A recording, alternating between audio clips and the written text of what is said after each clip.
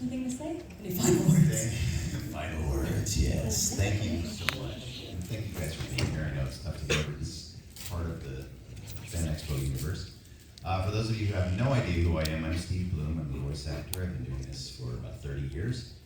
And still loving what I do, still working harder than I ever have in my life. And I'm really, really happy to be here. I'm sorry I couldn't make it last year. For those of you who had tickets last year, you mentioned to me that you were sad about it. So I lost my PCR test and the money on the thing. So it wasn't entirely my fault. Is it okay if I close this? Okay. Generally don't touch other people's equipment without asking. Always ask permission. Yes, I did. Yes, I did. Now it's your fault. Fire away with your question. I'll be happy to answer almost anything. Hi. I just have to know, what's your favorite soup? My favorite soup? Yes. What an interesting question. Wow, that would be a different answer every day, probably. Or a subcategory of soup. A subcategory. How about pho? I don't know why I thought of that. That was a great question. You're a man of good taste. Thank you. That's rarely said about me, but thank you. Come on up. Hello. Hi. First of all, I believe we have the same birthday. Really? April 29th? Yes, it is. Yay! Birthday! Birthday, Mom. Happy birthday in advance. Happy birthday in advance to you or belated, depending on how you Yeah, see either it. way. I'm always looking ahead. So, I've met you a couple times before, and I usually like to sing you a song. So, yeah, so actually you recorded me in my Viking costume and put me on your Twitter a couple years ago. I remember you. I didn't recognize you today. Well, You look no, a a little different. little Yeah. different. Yeah. I'm also 30 pounds lighter. Hey. All right, so since Cowboy Bebop is one of my favorites, and I've been practicing some of the songs from it because they're very jazzy, is it all right if I sing it? No, it's a little bit, yes. Happiness is just a word to me, and it might have been a thing or two if I'd known the difference. Emptiness, a lonely parody, and my life under a smoking gun, a sign of my indifference. Always keeping safe inside, no one ever had a chance to penetrate and break in. Let me tell you, some have tried, but I would slam the door so tight that they could never get in. And the longer I stall, the further I crawl, the further I crawl, the harder I fall. I was crawling into the fire, oh. And the more that I saw, the further I fall, the further I fall, the lower I crawl, keep falling into the fire, oh.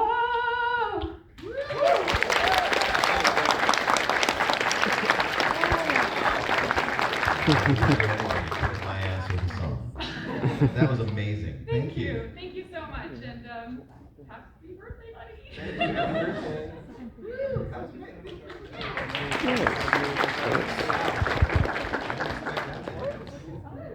Hi. I'm sure you've been asked this a lot. Out of all your roles, 30 years of voice acting, what's your favorite? Don't have a favorite because they're like little voices in my head that will fight if I pick one over the other. It's like angry little children. How do you choose a favorite? When I've had a career where I've gotten to play characters that I never dreamed of playing, and I love all of them for different reasons. So my favorite is just whatever I'm doing in that moment. Honestly, if I'm working on Tuesday, that's my favorite. I'm going to go back to my hotel room tonight and I'm recording a session. That'll be for Toonami. So tonight, Toonami will be my favorite. I can't tell. It just depends on the day. It depends on my mood. All the characters that I play are little pieces of me now too. So it's like saying if you had to cut off one finger, which one would you cut off? Well, I like them all, kind of. so yeah, it's really an impossible question for me. I know that's not a very satisfying answer, but that's really the truth. Very interesting. But thank you. Hi. Hi. Can I ask 2 questions? Sure. Okay. First, you know how Zeb and Callus totally got together after Rebels? Absolutely. Yeah. What did they grow on their farm? They do runs. Perfect. Tostadas, yeah. And they like veg for the most part. Callus is always concerned about his weight, so he's looking for those veg things. I'm more of a meat guy, so little tauntaun running around. They're delicious if they're cooked properly. And they make good sleeping buddies too. So. Thank you. That's the weirdest question anybody's ever. It was a dare from one of my friends. Awesome. Tell them well done. And the second one is, what was your favorite episode of Rebels to record? Well, that episode was definitely among my favorite, the Rebel stranded on that moon. Just as an actor, it was really fun to explore that side of the character that, when he was first introduced, just seemed to be the muscle. He was just the big brother, ready for a bash. But he actually had a whole amazing backstory. Anytime I learned something about the backstory of the character, I love that. Especially if he can heal an old wound with an enemy. That was amazing. It was just an amazing moment, and I got to work with him in the booth. So David he's a stellar actor, so that was incredible. But literally every day in that booth was amazing. I never got tired of walking into that booth. Dave Filoni would come into the booth with us, and he'd give us the overarching story, sometimes for an hour out of our 4-hour session, he'd be telling us stories. But they kept us included in the whole process that way. So literally every moment of it was Star Wars deliciousness. Thank you for watching. May the Force and the Arsenal be with you. Hi. My question is, which character's voice is the most difficult for you to do? There's a character in Mortal Kombat called Baraka, and that one just hurts. He speaks like this, but he says whole sentences and paragraphs in that. Yeah. Oh my God, who thought that was a good idea? Yeah, so for you beginning voice actors, be careful what you wish for, because you just might book it. Very painful. Good job. Thank you. Thank you. Hi. Going back to Star Wars Rebels, what inspired the voice for, how did the accent for Zeb come about?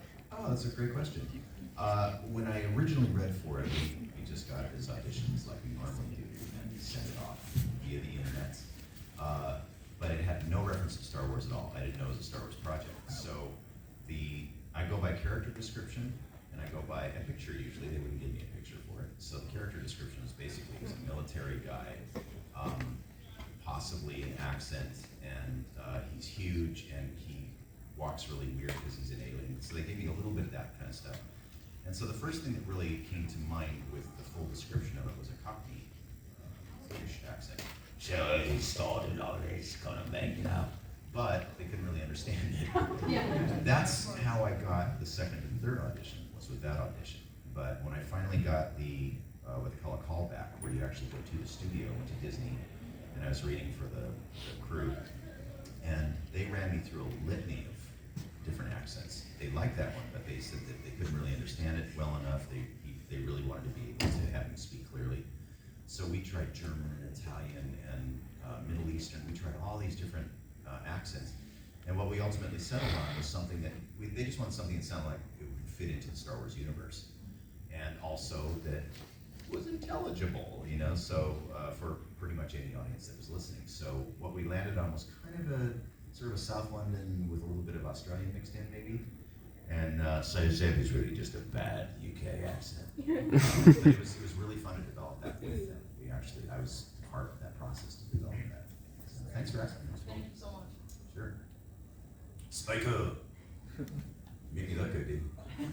Thanks, I'm trying not to freak out right now. So in Dragon Age, No. Misery, vomit, malt liquor. Reminds me of home. I got for nut numbers. Sorry. would you ever do an audiobook? Would I do an audiobook? I have done an audiobook. I've done a couple of audiobooks. Not good ones. No, I did a book years ago. I spoke about this yesterday a little bit in the panel. There was a book that I did called Cashmere, the Flying Camel. It was a kid's book. And should have been made into a movie and a series. It's a beautiful story written by a friend of mine. And Bryan Cranston narrated. I played all the male roles. Colleen O'Shaughnessy played all the female roles. It was a great story. And we did a full audio production of that. He wrote music for it, and it was super fun to do. Most audiobooks I don't want to do just because they're really tedious. It's a lot of work. You're sitting there for hours and hours and hours, and you have to edit your own stuff and send it in, and I ain't got that kind of time anymore. And it's frankly not as lucrative also as other parts of my career. So I'd rather spend that time doing the stuff that I have more fun doing. There are people who love to read and they love to read out loud, and I wholeheartedly encourage them to do so because we need that. I think audiobooks are a great resource. It's just not something that I'm patient enough to do, honestly. I get tired sitting in a chair for too long and I have to keep it around. But thank you for that. If a good enough one comes along, I might do it. Hi. Steve Blum. Hi. So I know that you voice acted Spike and Mugen. Yes, how are your feet feeling, by the way? Very comfortable. Walking throughout the convention, very comfortable. Oh, I'll bet, yeah. And I'm realizing now that you don't have an effort for voice acting. That's because I see it right now. It's your regular voice. Yeah, it's a regular seductive voice. Thank you. Yeah. So my Today question is turning is, out really well. I would call it Canadian and seductive all in one session. my question is, was there any difference voice acting for these roles? Actually, there was. There's quite a bit of difference between those two roles. And yes, it was my natural speaking voice, but oddly enough, it was the most difficult kind of character for me to do. I was actually uncomfortable speaking in my own speaking voice. Back in the day, I didn't like the sound of my own voice. And I was much more comfortable doing big, broad, crazy characters. I started out doing creature stuff, those kinds of things. That I was totally comfortable in. This made me very uncomfortable just because I had to act. And there's a lot of nuance involved with it in my own voice. That made me feel vulnerable. So that was a big learning curve for me to get through that. The difference between the two shows, in Bebop, we didn't know if anybody was ever going to see it. It wasn't doing well in Japan, and they just kind of threw it to us and they said, do something with this. And there wasn't any supervision either. We had Mary Elizabeth McGlynn, my wife now, who was directing, and we had an engineer, and that was it. And a writer would occasionally stop by. And so we could play, and it gave us a lot more time to do it. So that's why there's a lot more ad-libbing kind of stuff in Cowboy Bebop. Ed was able to come up with new songs, things like that. That's not normally, we don't normally have time to do that sort of thing.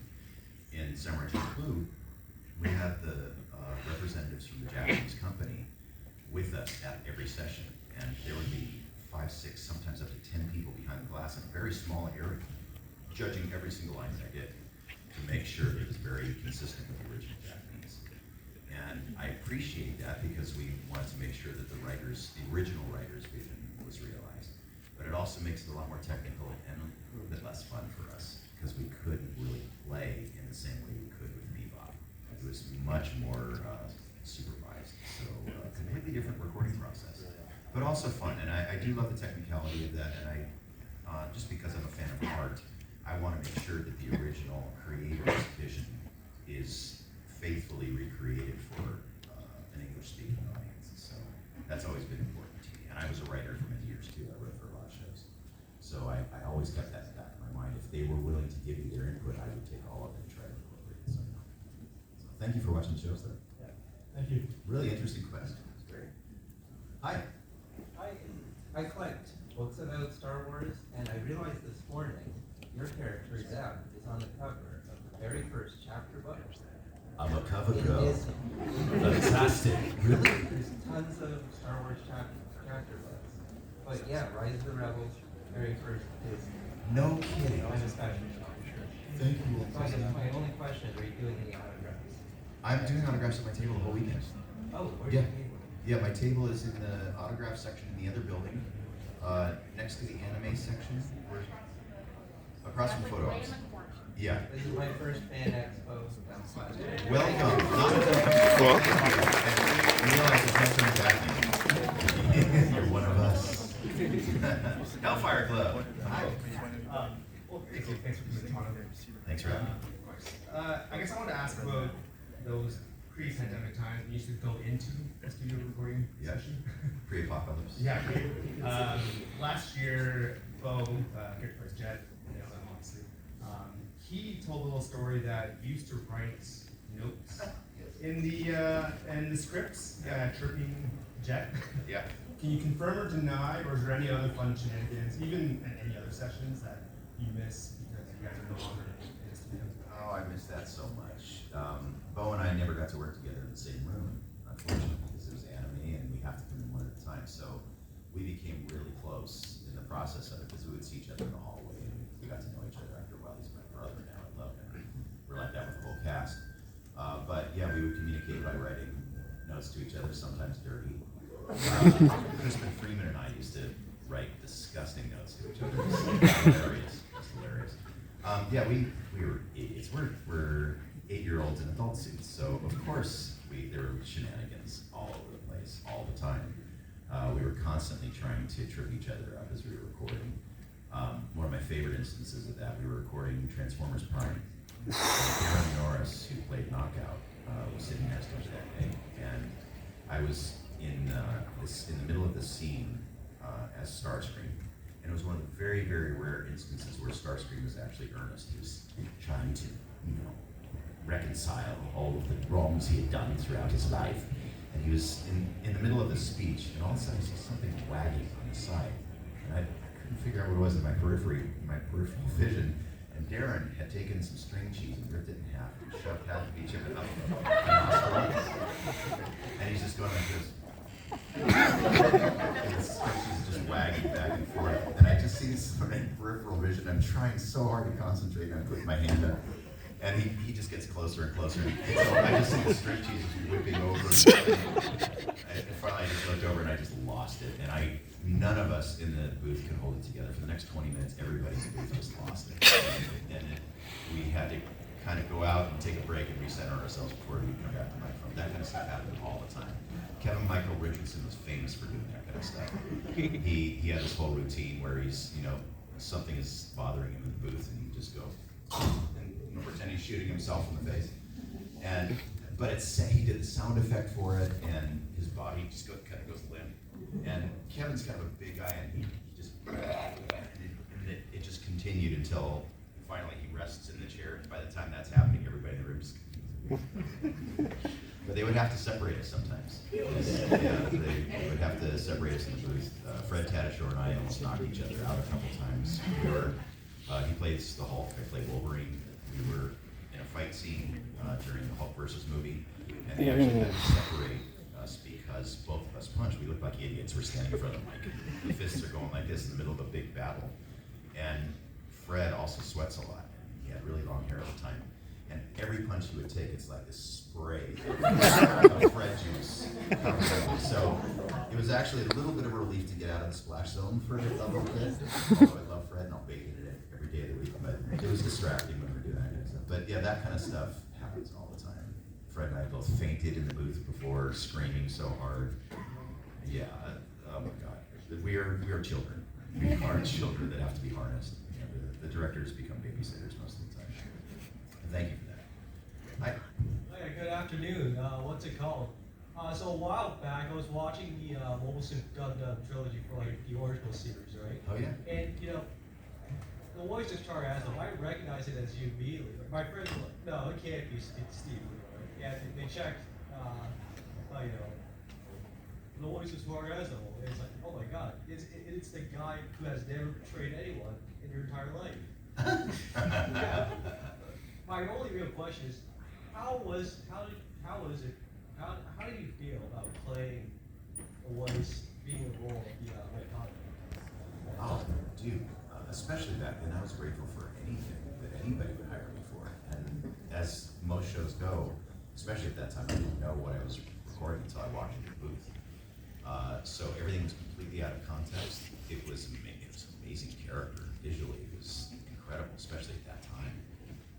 And for that to have become kind of a classic is just an exciting thing at this point to have been part of the history of the development of anime, especially in the United States and here, to bring it to these audiences that would never watch dubbed anime. That was one of the early shows where people would actually watch it dubbed.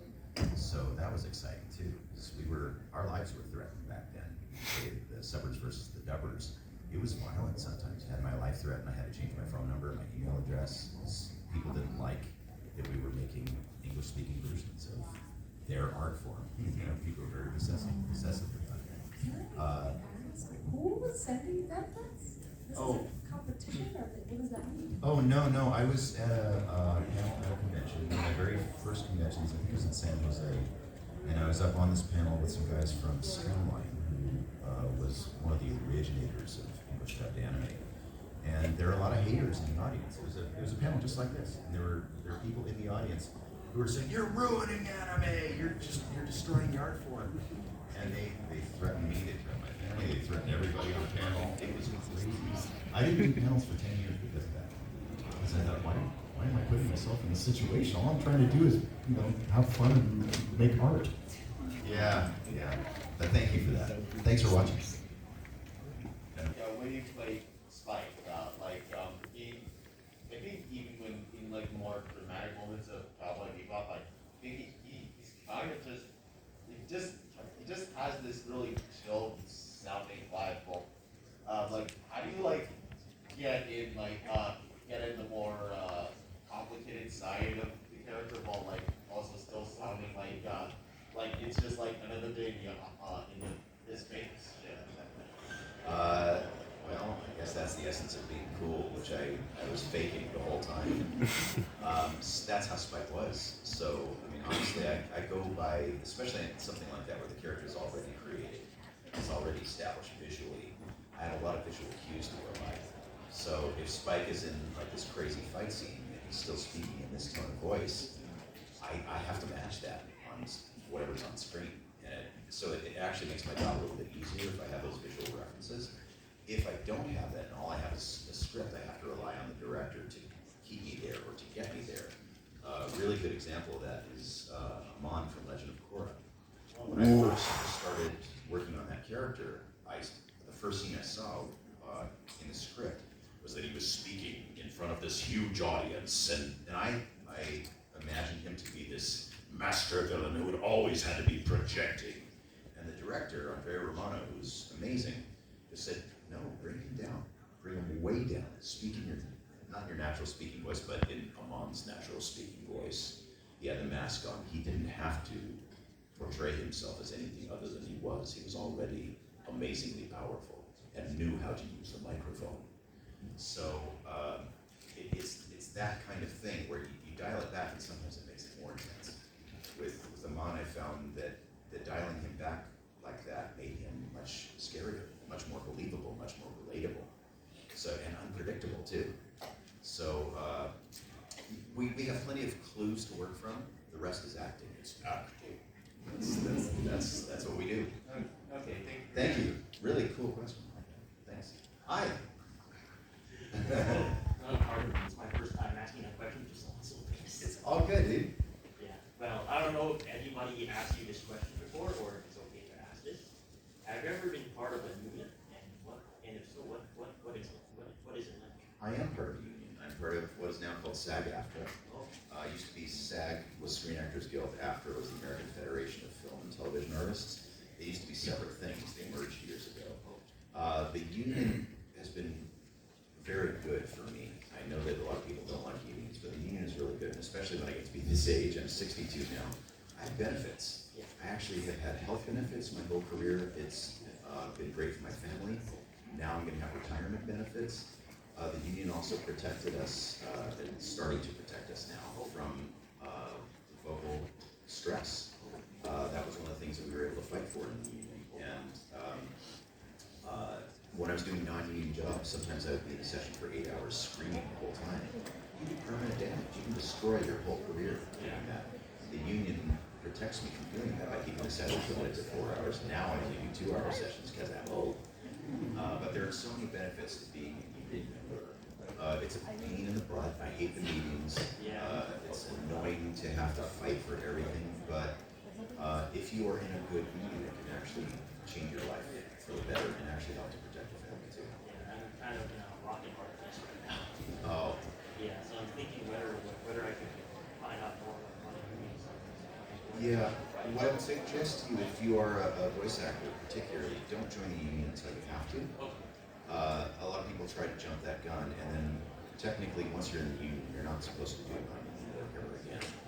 And so that will prevent you from making a big part of your living that you might still need for the time being. When I first joined the union, I was just kind of phasing from one thing to the other, and it's tough to get union work. It's harder to get because the pay rate is better too. But once I did, I committed to that, and I stopped doing non-union work, and I was terrified of that. I was really, really terrified well because the quality of the work that I get is so much better. The union has better directors, better actors typically than the pool that you would get in non-union because that's open to literally everybody.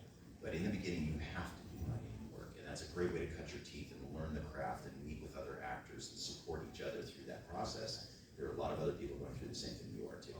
So don't feel alone. Okay, thank you. Oh, by the way, I love your work in Metal Gear Solid. Oh, thank you. Colonel Zadora.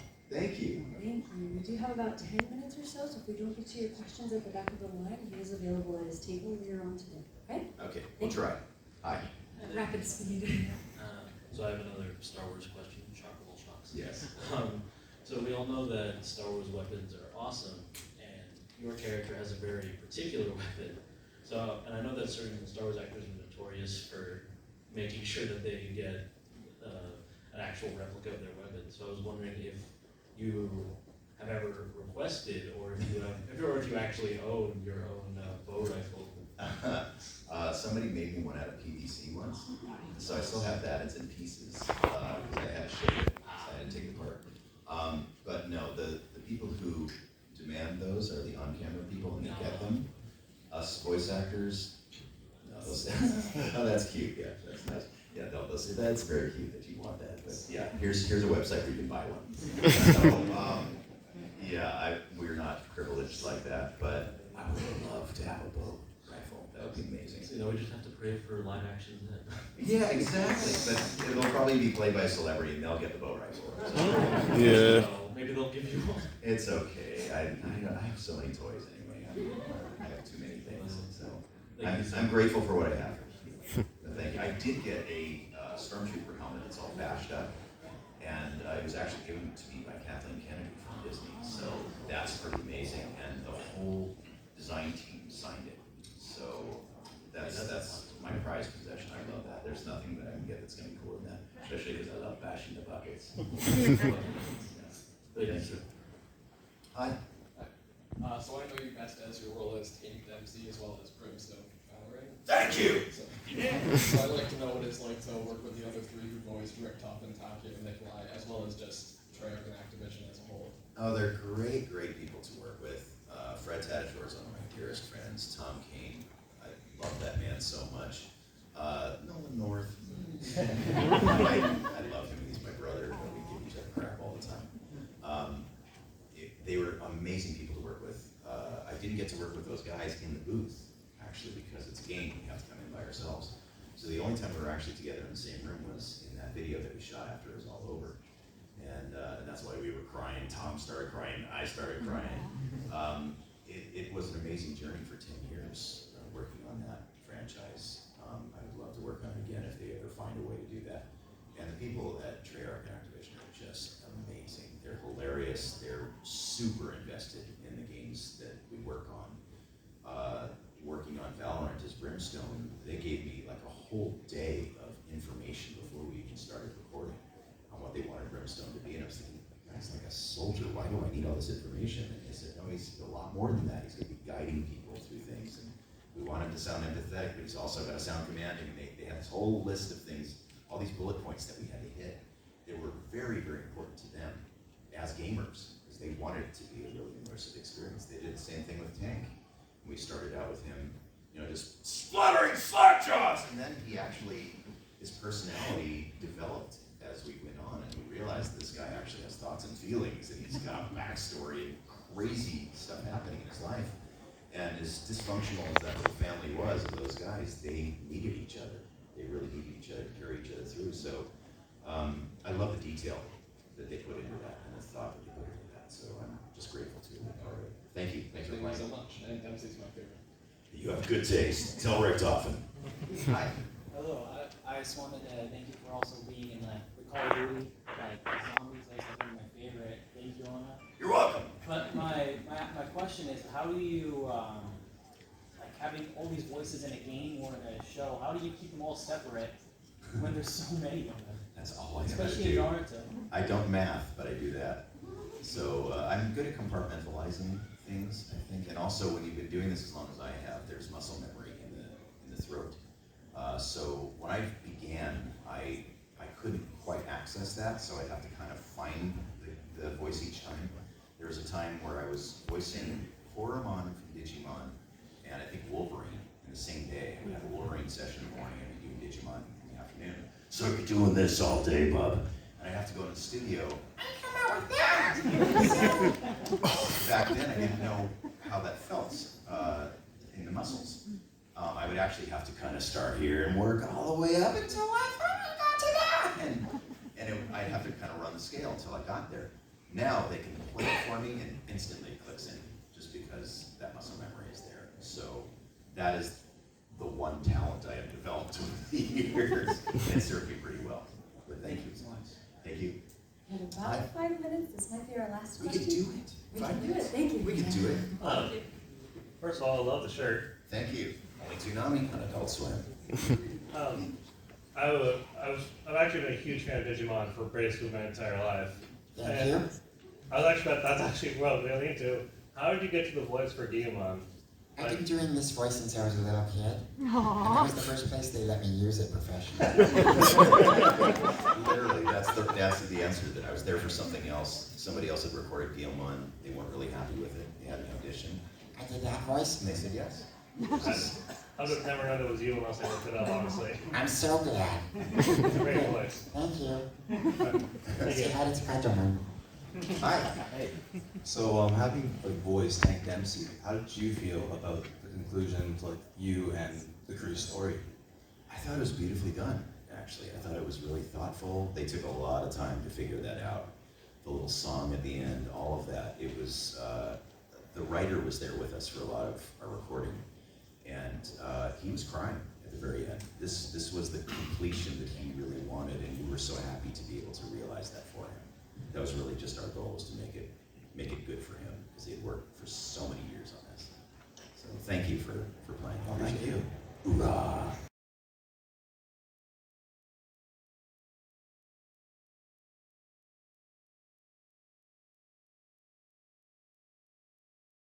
Life keeps spinning, these rules I break them. Life keeps spinning, them risks I take them. Run way to a bag, nigga thought you in the way, but